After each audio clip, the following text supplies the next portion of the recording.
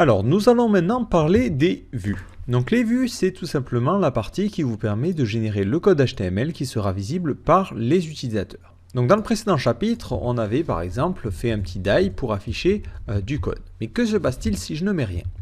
Donc je vais essayer d'accéder à ma page. Donc ici c'est post/index. Et vous voyez ici que j'ai une erreur. Par défaut, automatiquement, le framework va chercher un fichier qui a l'extension CTP, donc c'est un fichier de vue, dans un dossier spécifique. Donc ce que l'on va faire, c'est créer notre première vue. Alors, pour créer une vue, c'est très simple. Il vous suffit d'aller créer un nouveau fichier dans le dossier View, dans un dossier qui correspond au nom de notre contrôleur. Donc ici, moi, ça va être un nouveau dossier que je vais appeler post avec un S, donc exactement comme le nom de mon contrôleur, et avec une majuscule au début, c'est très important. Et à l'intérieur, vous allez créer un nouveau fichier qui va avoir l'extension CTP et qui a le même nom que notre action. Donc ici, nous, ça va être index.ctp. Alors attention, cette extension CTP, c'est juste une convention qui a été choisie par le framework, mais derrière, le code qui va être écrit à l'intérieur de cette vue, ça ne sera ni plus ni moins que du code HTML standard avec du PHP. Donc par exemple, je vais pouvoir mettre ici salut.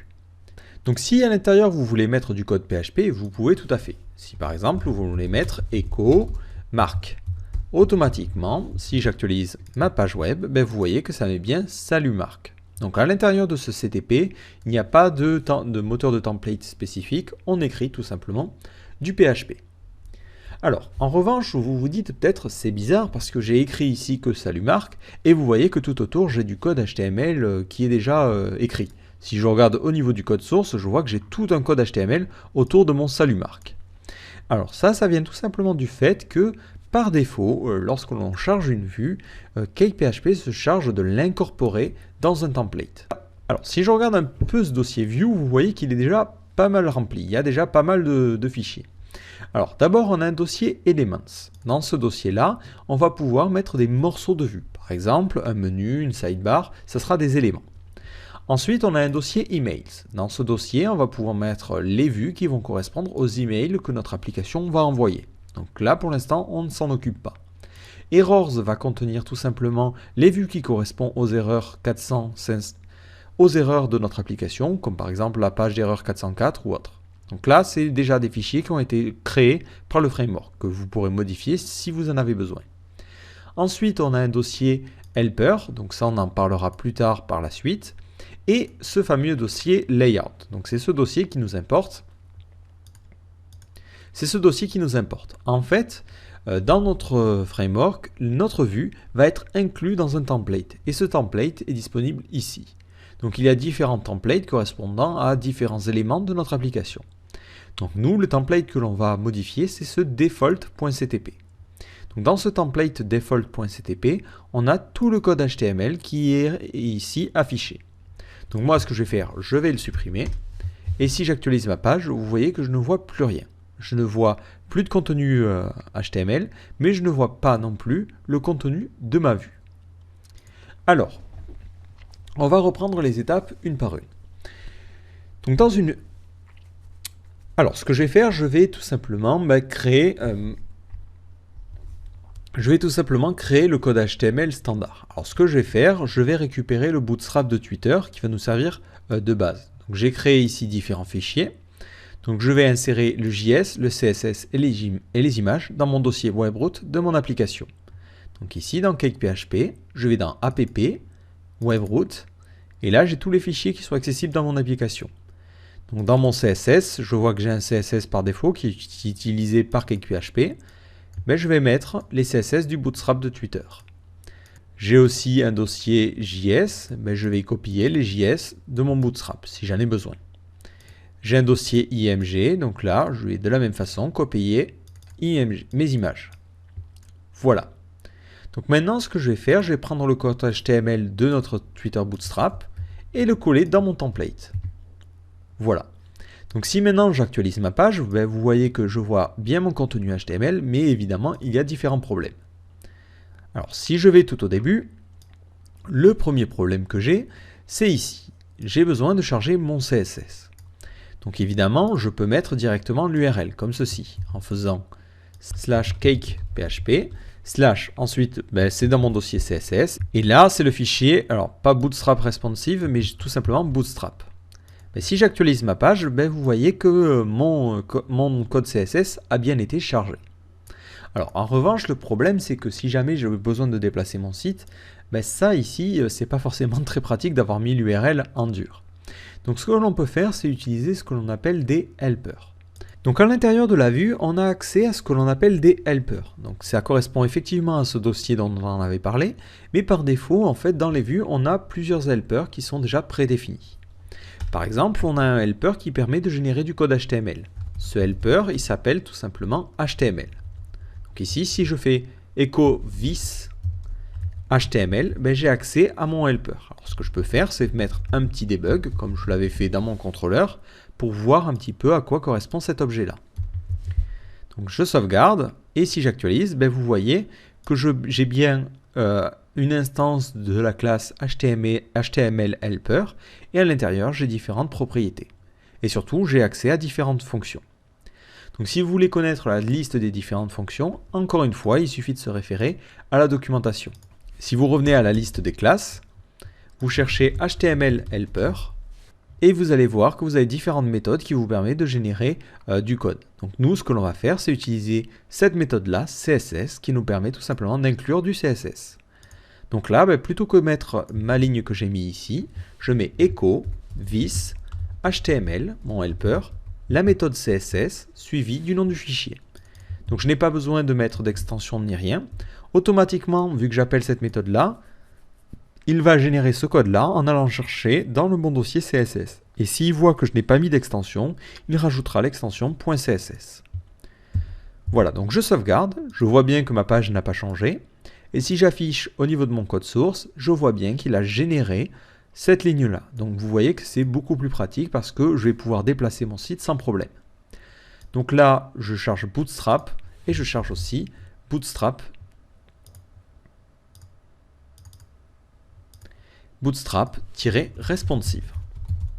Voilà, donc comme ça, les deux fichiers sont chargés et je peux supprimer ces lignes-là. Donc si maintenant j'actualise ma page, vous voyez que mon site est bien responsive.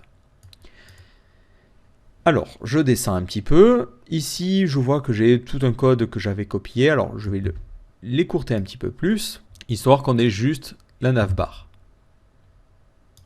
Voilà. Et après, j'ai tout simplement mon contenu. Et là, on va le supprimer et on va commencer sur des bases fraîches. Alors, de la même façon, en bas, vous voyez que je charge différents JavaScript. Donc, je me retrouve un petit peu avec le même problème que j'avais au-dessus. Mais de la même façon, le helper HTML va me permettre de générer le code d'une balise de script. Donc, pour cela, vous faites vis HTML script suivi tout simplement du script à importer. Donc la première chose à faire, moi je vais importer jQuery depuis les librairies Google. Donc ici je mets http toute l'URL. Ensuite je vais importer par exemple le script du Bootstrap, vis HTML script, et là je mets tout simplement Bootstrap. Automatiquement, lui il va le chercher dans le dossier JS et va rajouter l'extension .js. Donc j'inspecte tout de suite ma page, j'affiche le code source, et qu'est-ce que je vois? Je vois bien en bas de ma page, à l'endroit où j'ai mis mes deux échos, que j'ai bien ces balises script qui sont générées. Alors, un autre problème que vous voyez, c'est tout simplement, là j'ai bien créé mon template, mais ce que j'aimerais bien faire, c'est afficher à l'intérieur de ce template-là mon contenu, ce que j'avais écrit dans cette page-là. Donc en fait, au sein des templates et au sein des vues, on peut utiliser ce que l'on appelle des blocs. Alors par exemple, il y a un bloc par défaut qui est créé par le framework, c'est le bloc qui a le nom content. Donc pour afficher un bloc, vous faites echo vis fetch suivi du nom du bloc, par exemple content. Si maintenant je sauvegarde et que j'actualise ma page, vous voyez que je vois bien mon salut marque. En fait, qu'est-ce qui se passe? Mon contrôleur ici, postController, va automatiquement appeler une vue qui correspond à son nom de contrôleur et son nom d'action. Donc c'est cette vue-là. Cette vue-là va être rendue dans un bloc content. Et donc ensuite le framework charge mon template et va insérer la vue qui a été rendue ici dans ce bloc content. Voilà, donc c'est très important de bien comprendre cette logique. On a notre vue qui est placée dans ce bloc content. Alors il y a différents blocs que l'on va pouvoir insérer. Il y a ici un bloc CSS. Alors, pour l'instant il ne sert à rien, mais on va prendre l'habitude de le mettre, tout simplement si on veut charger des CSS. De la même façon, là où je veux charger des scripts, je fais un vis fetch script. Et ensuite, vous pouvez créer autant de blocs que vous le voulez. Par exemple, ici, si je mets un vis, ici, par exemple, je peux mettre un vis fetch et on va mettre title. Et automatiquement, je vais pouvoir modifier ces blocs. Donc là, par défaut, si je réactualise ma page, vous voyez que je ne vois rien. Mais ensuite, si dans une vue, je veux modifier le contenu d'un bloc, je peux le faire. Alors, j'ai plusieurs méthodes pour ça. J'ai vis, assign. On met en premier paramètre le nom du bloc. Donc ici, moi, mon bloc, c'est title. Et je vais pouvoir mettre mon projet. Et automatiquement, ça va assigner cette valeur-là dans le bloc title. Du coup, si maintenant je réactualise ma page, vous voyez bien que je vois mon projet. De la même façon, ce que vous pouvez faire, c'est faire ici un vis start et mettre le nom du bloc à inclure. Donc là, nous, on va mettre par exemple sidebar. Et lorsque vous avez fini, vous mettez PHP vis end. Et à l'intérieur de cette... entre ces deux fonctions, vous allez pouvoir mettre n'importe quel code. Donc là, par exemple, je vais mettre h2, ma sidebar, hop, et ensuite un petit UL avec différents liens. Salut, test, 1 et 2. Donc là, automatiquement, j'ai créé un bloc sidebar. Donc si j'actualise ma page, vous voyez évidemment que je ne le vois pas, tout simplement parce que je ne l'ai pas utilisé dans mon template par défaut. Donc ici, ce que je peux faire, c'est par exemple mettre tout ça dans une div qui aurait la classe row. Ensuite, créer une div qui a la classe span8, div.span8. Et à l'intérieur, je vais charger mon contenu et créer une autre div qui aurait la classe span4. Et à l'intérieur, je vais pouvoir appeler par exemple la sidebar. Comme ça, si jamais la page a une sidebar, automatiquement, ça va permettre de l'inclure. Et du coup, vous voyez bien que j'ai ma sidebar sur ma droite et bien mon contenu qui est chargé dans span8. Donc ça, c'est très important de bien comprendre cette notion de bloc, parce que c'est tout ce qui va permettre de piloter la structure de vos pages. Alors moi, je vais retirer cette sidebar là, je n'en ai pas besoin. Je vais garder mon bootstrap de Twitter, ça va me servir pour avoir une mise en page plutôt sympa, et je vais retirer ça. Et à la place, je vais tout simplement rien mettre du tout. Voilà. Alors, vous vous demandez peut-être, mais alors pourquoi tu nous as fait créer ces deux blocs-là, parce qu'on ne va pas forcément les utiliser. Alors ces blocs-là, ils vous permettent tout simplement d'insérer des scripts ou des CSS qui seraient spécifiques à votre page. Alors par exemple, ici, je vais commenter mes deux fonctions. Hop, hop, hop, hop, hop, hop. Donc par défaut, vous voyez... Voilà, alors. Donc là, je vais commenter mes deux CSS. Et vous voyez maintenant que ma page, du coup, n'a plus de style. Alors, ce que vous pouvez faire, c'est dans les pages ici, utiliser les helpers. Par exemple, je fais vis, comme je l'ai fait tout à l'heure, HTML, CSS, et inclure mon bootstrap. Donc, lorsque vous faites ça, vous faites un écho, et du coup, votre balise style se retrouve un petit peu n'importe où. Vous voyez, si je regarde ma page, elle se trouve en plein milieu du code HTML. Mais ce que vous pouvez faire, c'est tout simplement préciser dans quel bloc charger votre CSS. Donc ici. Mais tout simplement, vous pouvez demander de charger ce CSS, non pas à l'arrache tout de suite, mais dans le bloc qui correspond. Donc pour cela, vous faites non plus un écho, mais directement cette fonction-là. Vous mettez en second paramètre nul, et en troisième paramètre, un tableau contenant différents paramètres que l'on voudrait pour la balise style, et nous on mettra inline à false. Donc là, qu'est-ce que ça veut dire? Ça veut dire n'affiche pas la balise CSS directement, mais génère-moi le code HTML que tu vas mettre dans le bloc qui s'appelle CSS. Automatiquement, si j'actualise ma page, donc évidemment, je ne vois aucun changement, mais si je regarde au niveau de mon code HTML, le CSS n'est plus chargé à l'arrache, mais directement à cet endroit-là, juste au moment où j'ai mis mon bloc CSS. De la même façon, si j'ai besoin d'un script particulier, je mets script, et là, je mets directement en second paramètre mon tableau et je mets inline à false. Si j'actualise, vous voyez que le script n'est pas chargé à l'arrache là, mais directement au bon endroit. Voilà, donc ça c'est très important. Ça vous permet d'avoir dans vos vues du code CSS spécifique sans que dans votre code HTML, ça soit le bordel. Que tout reste bien organisé avec les scripts en bas de page et les CSS en haut de page. Voilà, donc je vais supprimer ça. et je vais redécommenter mes imports CSS en haut, parce que je veux évidemment qu'il soit global pour toutes mes pages. Alors évidemment, une vue comme ça, ça ne sert pas forcément. Ce que l'on veut avoir besoin de faire, c'est d'avoir tout simplement accès aux variables. Alors je vais reprendre l'exemple de tout à l'heure, et je vais mettre /mark. Et mon but, c'est d'afficher salut suivi du prénom qui est affiché en haut. Donc là, je reviens dans mon contrôleur, et dans notre contrôleur, on va pouvoir envoyer des variables à ces vues. Donc pour envoyer une variable à une vue, c'est très simple, il suffit d'utiliser la méthode set. Set, on met en premier paramètre le nom de la variable qui sera utilisée dans la vue. Donc ici, nous, ça va être prénom. Et ensuite, la variable que l'on veut envoyer. Donc moi, c'est prénom. Cette variable qui sera tout simplement un paramètre de la fonction. Donc je sauvegarde. Et automatiquement, maintenant, dans ma vue index, j'ai accès à cette nouvelle variable prénom. Donc si maintenant j'actualise ma page, je vois bien salut Marc. Si maintenant je mets Jean, salut Jean, et ainsi de suite. Donc la personne va pouvoir afficher un salut qui correspond au nom. Bon, ici l'exemple n'est pas forcément très utile, vous en conviendrez, mais ça vous permet de mieux comprendre comment va fonctionner la logique. Donc je reprends, on aura nos contrôleurs qui vont faire tout un tas de trucs en utilisant les requests et les responses. Et ensuite, on va pouvoir envoyer des variables à notre vue. Donc notre vue, on va pouvoir ensuite la générer directement du code HTML, générer du code HTML en utilisant des blocs, en faisant des vis assign, en faisant des vis start si on a besoin, et ainsi de suite. Et ensuite, le contenu de notre vue va être chargé dans ce template default.ctp. Donc d'ailleurs, si vous voulez, vous pouvez avoir différents templates.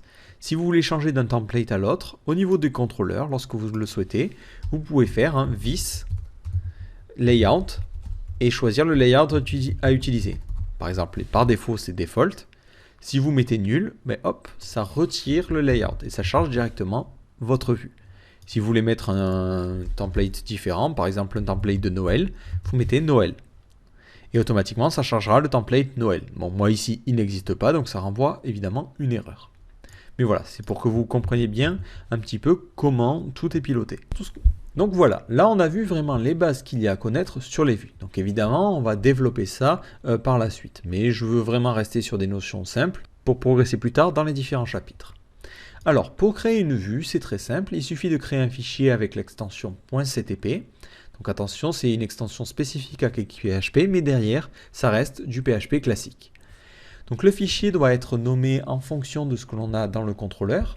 Donc ici, moi, j'ai une action index dans un contrôleur post avec un S. Donc automatiquement, je vais créer une vue index.ctp dans un dossier posts, dans le dossier vue. Donc automatiquement, une vue est rendue en code HTML et ensuite ce code HTML est inclus dans un template. Donc au niveau du template, il n'y a pas forcément d'éléments très spécifiques. On peut avoir des différents blocs qui vont permettre directement de piloter depuis les vues du contenu dans un template par défaut.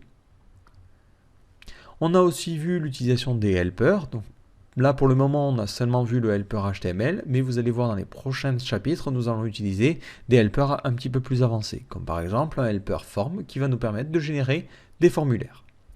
Donc voilà, ce qu'il faut retenir de cette leçon, c'est bien ça, l'utilisation des vues, l'utilisation des templates et l'utilisation des blocs de contenu. Bloc CSS, le bloc content et ainsi de suite. Donc dans le prochain chapitre, nous allons passer à un élément un petit peu plus avancé, les modèles. Donc les modèles qui vont nous permettre d'interagir avec la base de données.